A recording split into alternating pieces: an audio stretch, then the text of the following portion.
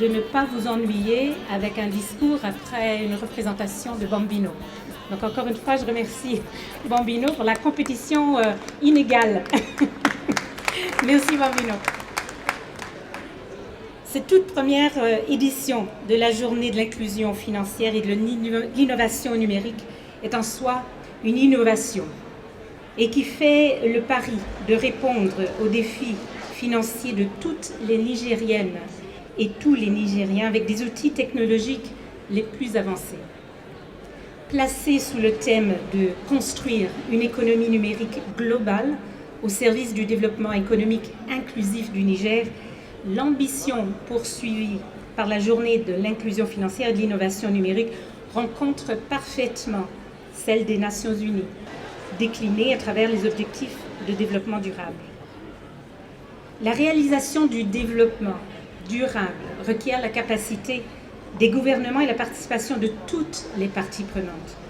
C'est le secteur privé, les ONG, les partenaires techniques et financiers. L'événement qui nous réunit aujourd'hui, il est bien de souligner, contribue à l'atteinte de multiples objectifs. Et ici, je me fais l'écho de Monsieur le gouverneur de la région de Niamey, en soulignant que l'inclusion financière et numérique, c'est notamment la lutte contre la pauvreté. C'est la lutte pour l'égalité entre les genres, pour le travail décent et la croissance économique. C'est celle de l'industrie, de l'innovation et de l'infrastructure. Et bien entendu, le combat pour combattre toutes les inégalités et de les réduire.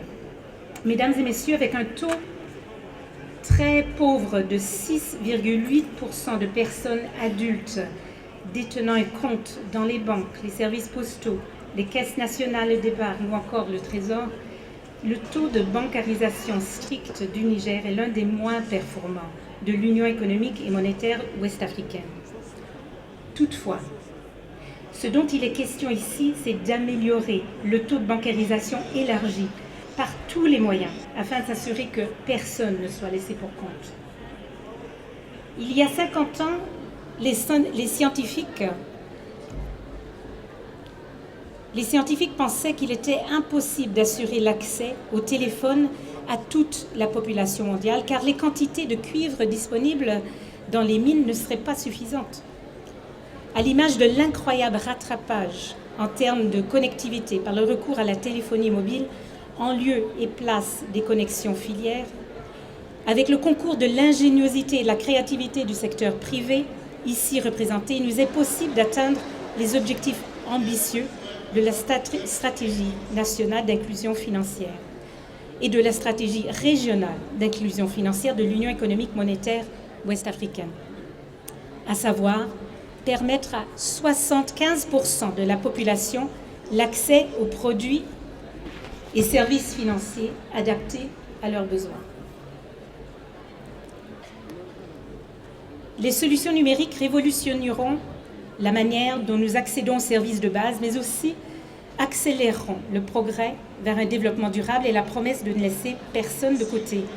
Surtout, cela supposera de combler le fossé numérique qui sépare les citoyens en ligne des citoyens hors ligne.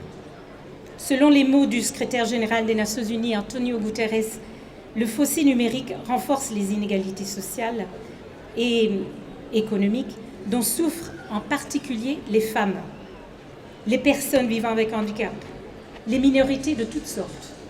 Le fossé numérique menace de devenir le nouveau visage. Le rôle du Fonds d'équipement des Nations Unies, UNCDF, présent au Niger depuis longtemps, est de faciliter l'accès aux capitaux publics et privés pour les populations les plus démunies. Durant la période post-Covid, un projet a été lancé à Niamey en septembre 2021 avec pour objectif de faire bénéficier au moins 100 000 jeunes femmes et migrants au Niger via des solutions numériques à l'horizon 2023. Cette contribution de la digitalisation à l'inclusion financière se révèle de plus en plus importante, non seulement parce qu'elle permet l'accès aux services financiers partout et en tout temps, mais aussi parce qu'elle joue un rôle essentiel dans la lutte contre la pauvreté, l'autonomisation des femmes, des jeunes et des migrants. honorables et distingués invités, et surtout jeunesse du Niger. J'adresse mes vives félicitations aux FinTech qui sont retenus par la compétition de la meilleure solution digitale. Nous vous retrouverons à vos stands. Le digital est une clé qui, indubitablement, accélère la croissance économique en tirant parti de la contribution de tout Nigérien, de toute Nigérienne au développement. En effet, Monsieur le ministre de la Finance et le représentant, Monsieur le Président plutôt de la République du Niger, Excellence Monsieur Bazoum, insistait lors de la conférence des cadres du 25 février dernier sur la contribution centrale des sociétés de technologie à la création de richesses au sein des nations. Monsieur le ministre, il me tient à cœur de vous féliciter pour l'événement d'aujourd'hui et d'avoir encouragé, et sans avoir eu à convaincre lourdement, le Premier ministre de son patronage de cette première édition de la journée de l'inclusion financière et de l'innovation numérique. Cela démontre à suffisance la vision, l'engagement du gouvernement afin d'améliorer l'inclusion financière et faire de l'innovation numérique un levier d'autonomisation et de résilience pour l'ensemble des Nigériens. Enfin, je réitère donc la disponibilité du système entier des Nations Unies à se tenir aux côtés du gouvernement et de l'ensemble des parties prenantes afin de renforcer l'inclusivité, une valeur intrinsèque des Nations Unies. Chers participants, chères participantes, avec vous, je voudrais rêver d'un Niger digitalisé, où les services financiers numériques garantiront véritablement l'inclusion de tous, une inclusion financière et comme levier, ne laissant personne pour compte. Mesdames et messieurs, je vous remercie de votre attention et vous souhaite une excellente journée de l'inclusion financière et de l'innovation.